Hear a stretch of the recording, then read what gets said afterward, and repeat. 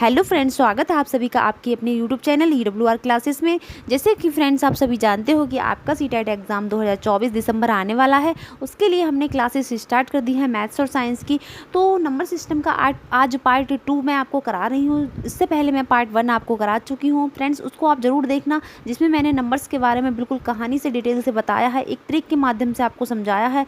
Then आप इसको देखना, ठीक है ना। तो आपको ज़्यादा बेनिफिट रहेगा उस क्लास को देखने के बाद, अगर आप इस क्लास को देखते हो तो सही। चलिए शुरू करते हैं हम अपनी वीडियो को, देखते हैं नंबर सिस्टम के जो मैं कुछ मोस्ट इंपोर्टेंट क्वेश्चन लेकर आई हूँ प्रीवियस ईयर के, उनको आज हम सॉल्व करते हैं। देखिए फ्रेंड्स, ध्यान दीजिए, सीटेट के एग्ज़ाम में हमारा जो भी एग्ज़ाम होता है सीटेट का, उसमें जो है कंटेंट हमारा सेम रहता है। हर बार वही टॉपिक्स रहते हैं, वही चैप्टर्स रहते हैं, ठीक है ना। तो इसीलिए ये एग्ज़ाम सबसे ज़्यादा ईजी होता है। तो चलिए शुरू करते हैं हम अपनी क्लास को, देखते हैं नंबर सिस्टम के कौन से वो इंपॉर्टेंट क्वेश्चन हैं जो आज हम करने वाले हैं। ठीक है फ्रेंड्स, चलिए चलते हैं नेक्स्ट पेज पर। फ्रेंड्स समझते हैं पहला क्वेश्चन हमारा क्या है। देखिए ध्यान दीजिए, पहला क्वेश्चन है हमारा, which of the following statement is false. निम्न में से कौन सा असत्य है। तो हमें जो हमारे स्टेटमेंट दिए हैं नीचे, इनमें से हमें असत्य निकालना है, यानी कि रॉन्ग वाला हमारा ऑप्शन कौन सा है। ठीक है, तो चलिए देखते हैं। जो रॉन्ग होगा वही हमारा सही होगा, ठीक है ना। मतलब अगर आपसे बोल दिया जाता है which of the following statement of false, मतलब फॉल्स यानी कि असत्य है, तो जो रॉन्ग वाला होगा ना वही हमारा ऑप्शन रहता है, ठीक है ना। तो देखते हैं, 0 is the smallest whole number. इन्होंने कहा है कि जो हमारा शून्य है, 0 है, एक न्यूनतम पूर्ण संख्या है, मतलब एक होल नंबर है। क्या इन्होंने कहा है, क्या शून्य न्यूनतम पूर्ण संख्या है, तो आपको बताना है। तो देखिए, होल नंबर यानी कि पूर्ण संख्या वो होती है जो 0 से स्टार्ट होती है, 0 1 2 3 4 इस तरीके से, ठीक है ना। तो 0 क्या है, हमारी होल नंबर है। और इन्होंने कहा है न्यूनतम पूर्ण संख्या है, तो भाई ये होल नंबर में आ रही है। 0 क्या है, हमारा होल नंबर में आ रहा है और पूर्ण संख्या भी है, ठीक है ना। तो ये स्टेटमेंट हमारा क्या हो जाता है, राइट हो जाता है। तो राइट है, लेकिन ये ऑप्शन यहाँ पर गलत हो जाएगा, क्योंकि इन्होंने कहा है असत्य वाला हमें छांटना है, इसमें से हमें चूज़ करना है कि असत्य कौन सा है, ठीक है। तो ये स्टेटमेंट वैसे तो सही है कि 0 हमारी पूर्ण संख्या है, लेकिन यहाँ पर ये गलत इसीलिए है क्योंकि हमें इन ऑप्शंस में से वो ऑप्शन निकालना है जो हमारा करेक्ट नहीं है, ठीक है। दूसरा हमारा, देखिए दूसरा ऑप्शन है हमारा, द प्रेडिशर ऑफ 208090 इज़ 208089। इन्होंने कहा है प्रेडिशर। देखिए दो चीज़ें आपको याद रखनी है, प्रेडिशर क्या होता है, प्रेडिशर और सक्सेसर क्या होता है, ठीक है ना। सक्सेसर क्या होता है, अब देखिए नाम से थोड़ा सा इसमें एक ट्रिक आपको ये बताती हूँ कि नाम से ही इसकी समझ जाना कि प्रेडिशर का मतलब प्री आ रहा है, प्री का मतलब होता है पहले, ठीक है ना। अगर आपसे प्रेडिशर पूछा जाए तो पहले, यानी कि प्री का मतलब होता है पहले। अगर आपसे सक्सेसर पूछा जाए तो इस तरीके से याद रखना है आपको कि मान लीजिए आप किसी क्लास में पढ़ते हो और आपने एग्ज़ाम दिया, एग्ज़ाम में क्या हो गया, आप सक्सेस हो गए, सक्सेस होके क्या हुआ, आप एक क्लास आगे बढ़ गए, ठीक है ना। तो इसका मतलब हो जाएगा बाद, ठीक है ना।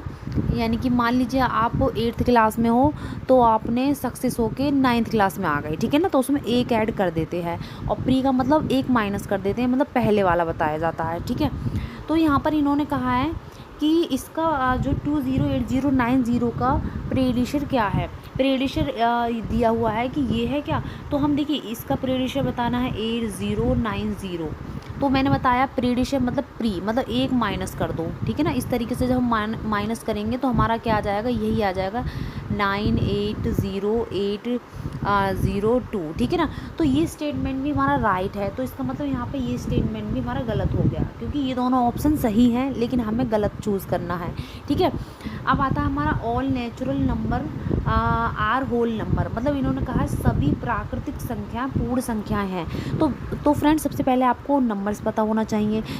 मैंने नंबर्स का पूरा वीडियो आपका नंबर सिस्टम का पार्ट 1 जो बनाया है, आप सबसे पहले उस वीडियो को ज़रूर देखना, देन आप इसको देखना, क्योंकि उससे क्या है आपको नंबर्स की नॉलेज हो जाएगी, तो ये सारे क्वेश्चन करने में आपको आसान रहेगा, ठीक है ना।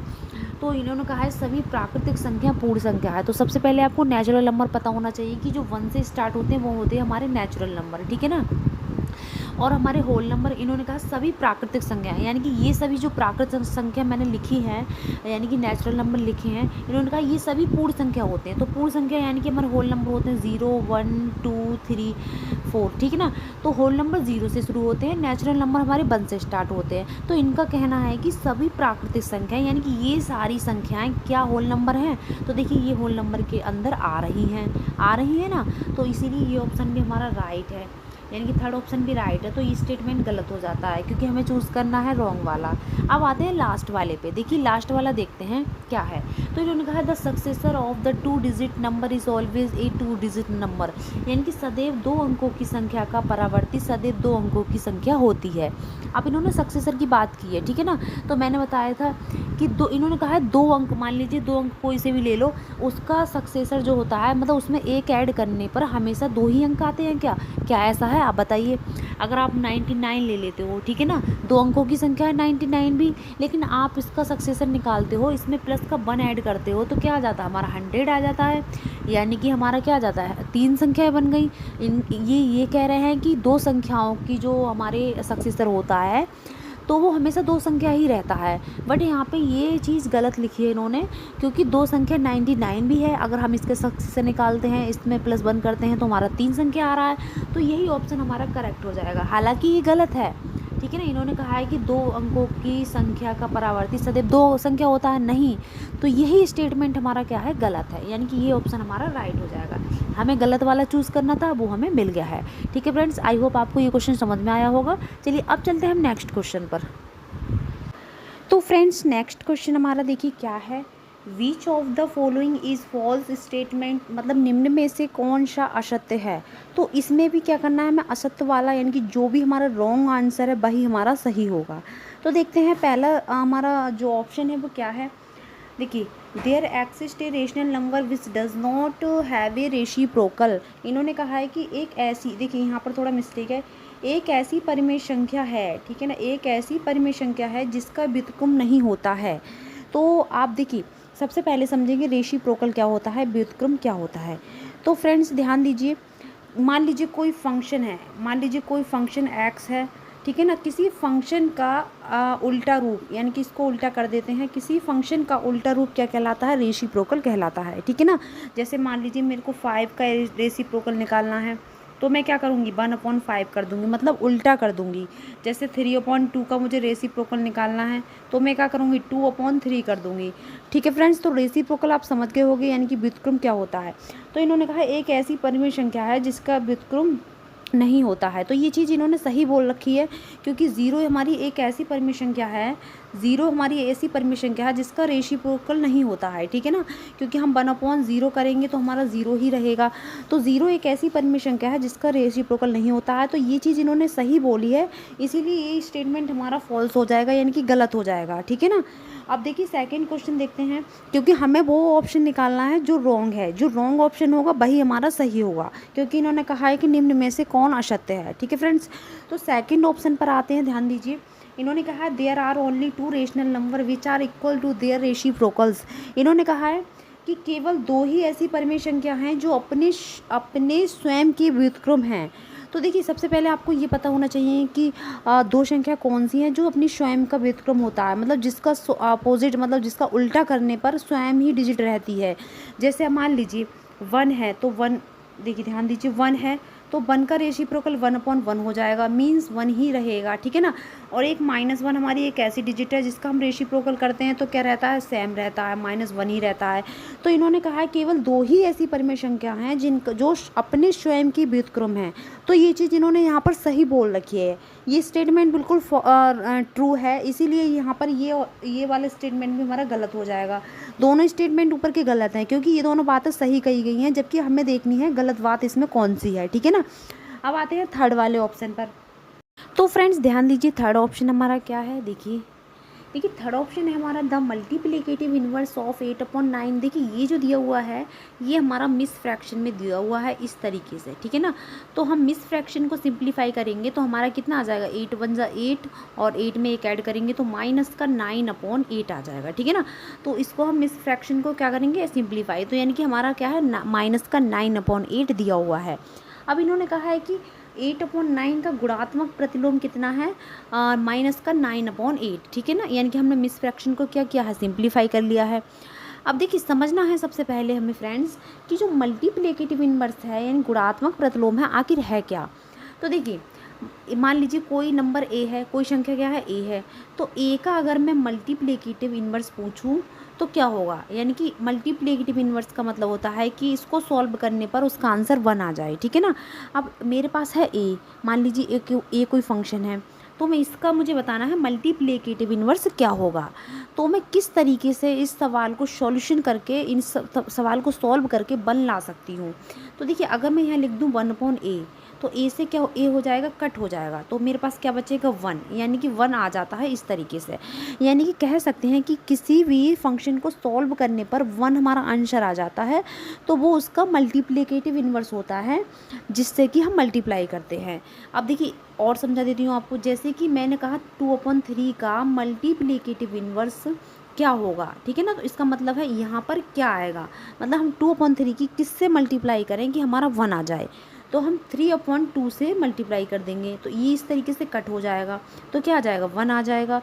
तो 2/3 का मल्टीप्लिकेटिव इन्वर्स क्या हुआ 3/2, ठीक है फ्रेंड्स। अब ऐसे ही आपको यहाँ दिया हुआ है 8/9, तो इन्होंने कहा है 8/9 का मल्टीप्लिकेटिव इन्वर्स -9/8 है।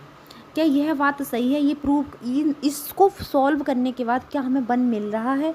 इन्होंने साफ कह रखा है कि 8/9 का मल्टीप्लिकेटिव इन्वर्स -9/8 है। जबकि फ्रेंड्स हम जानते हैं कि मल्टीप्लिकेटिव इन्वर्स वो होता है जिसको सॉल्व करने पर हमें आंसर 1 मिलता है। तो हम चेक करेंगे क्या इसको सॉल्व करने पर हमें आंसर 1 मिलेगा। तो देखिए 8 से 8 कट हो जाता है, 9 से 9 कट हो जाता, तो यहाँ पर क्या बचा -1। जबकि फ्रेंड्स आना क्या चाहिए था, +1, ठीक है ना।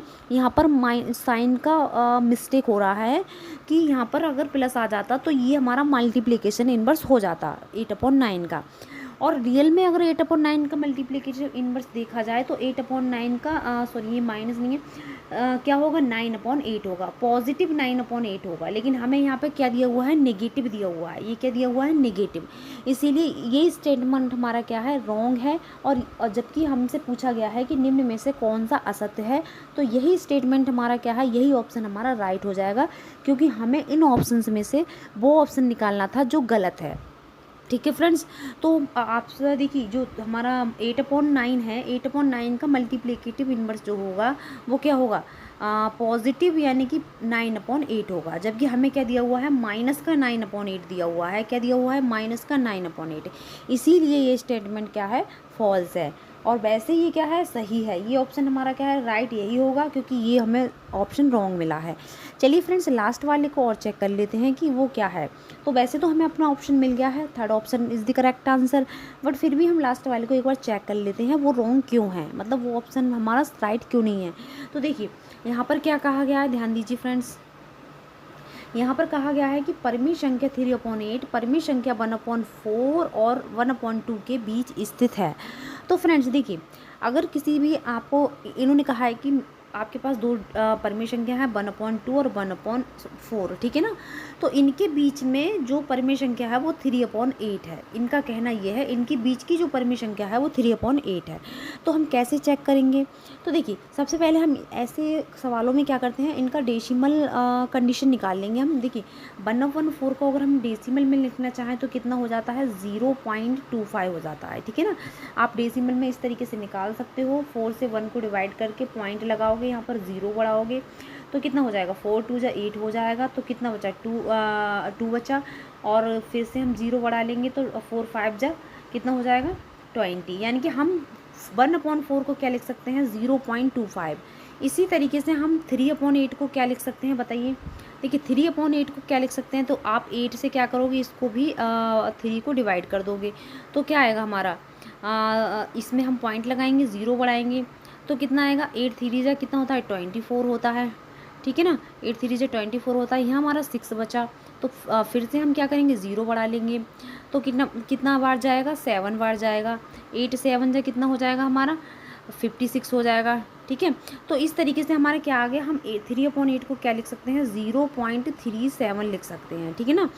और 1/2 को क्या लिख सकते हैं, तो 1/2 को देखिए इसी तरीके से हम इसी तरीके से कर लेंगे हम। 2 यहाँ लिखेंगे, 1 यहाँ पर, ठीक है ना। इसका करेंगे हम पॉइंट लगा के 0 2 5 10 हो जाएगा। तो यहीं पर क्या हो जाएगा, ये सॉल्व। तो हमारा तीनों को हमने डेसिमल में कन्वर्ट किया, तो हमारा क्या आया, एक तो आया हमारा 0.25 और लास्ट वाला जो हमें इन दोनों के बीच में निकालना है 0.5। अब आपको देखना है क्या 0.25 और 0.5 के बीच में ये डिजिट आ रही है या नहीं, ठीक है ना। तो आपको पता है कि पहले 0.25 है।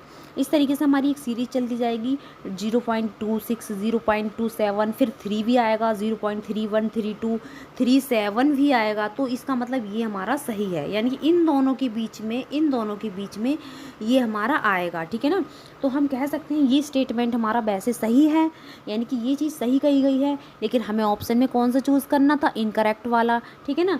तो इसीलिए हमारी ये जो 3 ऑप्शन है फ्रेंड्स, ध्यान दीजिए, ये जो 3 ऑप्शन है ये तीनों वैसे तो राइट हैं, ये वाला और ये वाला, लेकिन हमें क्या देखना है, असत्य। तो असत्य हमारा ये वाला है, इसीलिए थर्ड ऑप्शन ही हमारा करेक्ट हो जाएगा। फ्रेंड्स आई होप आपको ये सवाल समझ में आ गया होगा। चलिए अब चलते हैं नेक्स्ट सवाल की ओर। तो फ्रेंड्स ध्यान दीजिए इस वाले क्वेश्चन पर, देखिए यहाँ पर क्या दिया हुआ है, at upper primary stage as पर NCERT which of the following topics have not been included under number system, यानी कि उन्होंने कहा NCERT के अनुसार उच्च प्रारंभिक स्तर पर संख्या प्रणाली के अंतर्गत निम्न में से कौन से प्रकरण देखिए नहीं, यहाँ पर है नहीं, सम्मिलित नहीं किए गए हैं, क्योंकि यहाँ पर नॉट है, ध्यान दीजिए इंग्लिश में थोड़ा टाइपिंग ठीक है इसमें। अब देखिए यहाँ पर नहीं का पूछा है कि देखिए सबसे पहले समझेंगे फ्रेंड्स कि अपर प्राइमरी लेवल यानी उच्च प्रारंभिक स्तर क्या है, अपर प्राइमरी लेवल क्या है। तो देखिए 6 to 8 की पढ़ाई जो होती है उसको हम क्या बोलते हैं, अपर प्राइमरी लेवल, ठीक है ना। तो यहाँ पर कहा गया है कि कौन सी, ये देखिए हमारे नीचे चैप्टर्स दिए हुए हैं, तो कौन कौन से टॉपिक्स इसमें से ऐसे हैं जो 6 to 8 क्लास में नहीं पढ़ाए जाते हैं, ठीक है। सिंपल सी बात है कि इसमें से ये हमें ऑप्शन निकालना है कि कौन सा चैप्टर्स है जो हम 6 to 8 क्लास में नहीं पढ़ा सकते हैं। तो देखिए आप एक चीज़ ध्यान दीजिए कि जो हमारे रियल नंबर होते हैं, ठीक है ना, हमारे जो नंबर्स होते हैं, ठीक है, सॉरी रियल नहीं, नंबर्स जो होते हैं हमारे, नंबर्स को 2 पार्ट में डिवाइड किया गया है, कौन कौन से, रियल और इमेजनरी, ठीक है ना। तो हम क्या करते हैं 6 to 8 क्लास तक हम रियल नंबर्स को पढ़ते हैं, इमेजनरी यानी कि काल्पनिक नंबर जो होते हैं हमारे वो हम 11th 12th में पढ़ते हैं, ठीक है ना। 11th 12th में हम इन चीज़ों को कॉम्प्लेक्स क्या पढ़ते हैं, हम 11 12th में पढ़ते हैं। बाकी ध्यान दीजिए फ्रैक्शन जो है हम पढ़ते हैं 6 to 8 क्लास में, एक्सपोनेंट एंड पावर यानी घातांक और घात भी पढ़ते हैं, square root and cube roots भी हम पढ़ते हैं, कि वर्ग और वर्गमूल भी हम 6 to 8 क्लास में पढ़ते हैं। सिंपल सी बात है, ये सब तो आपको पता होना चाहिए कि कौन कौन से चैप्टर्स हैं। देखिए जो कॉम्प्लेक्स नंबर है वो हम 11 12th में पढ़ते हैं, ठीक है ना। तो आपको यहाँ से ये समझ में आ गया होगा कि कौन सा ऑप्शन हमारा करेक्ट हो जाएगा, यानी कि हमारा डी ऑप्शन करेक्ट हो जाएगा, क्योंकि फ्रेंड्स इन्होंने नोट पूछा है कि कौन सा हमारा अपर प्राइमरी लेवल में हम कौन सा जो हमारा प्रकरण है उसको सम्मिलित नहीं किया गया है। तो हमारा कॉम्प्लेक्स नंबर जो है, यानी कि D option is the correct answer. I hope आपको ये समझ में आ गया होगा, ठीक है फ्रेंड्स। यानी कि अपर प्राइमरी लेवल 6 to 8 में हम इन तीनों चैप्टर्स को पढ़ते हैं, बट हम ये डी है कॉम्प्लेक्स नंबर नहीं पढ़ते हैं। चलिए अब चलते हैं नेक्स्ट क्वेश्चन की ओर। तो फ्रेंड्स देखिए ये क्वेश्चन क्या कह रहा है, ध्यान दीजिए, what is the sum of the cubes of the integer between -5 and 6, यानी कि -5 और 6 के बीच स्थित पूर्णांकों के घनों का योग क्या है। तो फ्रेंड्स देखिए ध्यान दीजिए, पहला हमारा 120 125 या फिर 210 या 216 है। तो सबसे पहले समझेंगे हम इंटीजर्स क्या होते हैं, ठीक है ना। तो इंटीजर्स क्या होते हैं यानी पूर्णांक क्या होते हैं, तो आपको समझना है। यहाँ पर ये आपकी लाइन है, तो यहाँ पर रहता है हमारा 0 और इस साइड जो चलता है वो हमारा चलता है +1 +2 +3 +4 5 6, ठीक है ना। इस साइड हमारे नेगेटिव चलते हैं, -1 -2, ठीक है, -3 -4 -5। अब आप ध्यान दीजिए इन्होंने क्या कहा है कि -5 और 6 के बीच, ठीक है फ्रेंड्स, यानी कि -5, यानी कि यहाँ पर आइए तो यहाँ से शुरू कर देंगे हम, क्योंकि बीच का पूछा है 5 और किसके 6 के बीच का। तो यहाँ से और यहाँ तक, मतलब इन सभी जो नंबर्स हैं -5 के और -6 के बीच के नंबर्स का क्यूब का हमें योग करना है, यानी कि इनका क्यूब करके हमें क्या करना है, उनको ऐड कर देना है। तो क्यूब किस किस का करेंगे, देखिए -4 का क्यूब करेंगे, +-3 का क्यूब करेंगे इस वाले का, ठीक है ना, +-2 का क्यूब करेंगे, +-1 का क्यूब करेंगे, प्लस +1 का क्यूब करेंगे, यहाँ से हमारा +1 शुरू हो जाता है। +2 का क्यूब करेंगे, +3 का क्यूब करेंगे, +2 का, सॉरी हाँ 3 का और 4 का और हमारा 5 का। देखिए अब इतना ही रहने देंगे क्योंकि इन्होंने कहा 6 से -5 के बीच वाली संख्या लेनी है हमें। तो ध्यान दीजिए फ्रेंड्स, अब इनका क्यूब कैसे करते हैं। देखिए 4 का क्यूब कितना हो जाएगा। अब आप एक चीज़ ध्यान दीजिए, यहाँ पर माइनस है और हमारी पावर क्या है 3।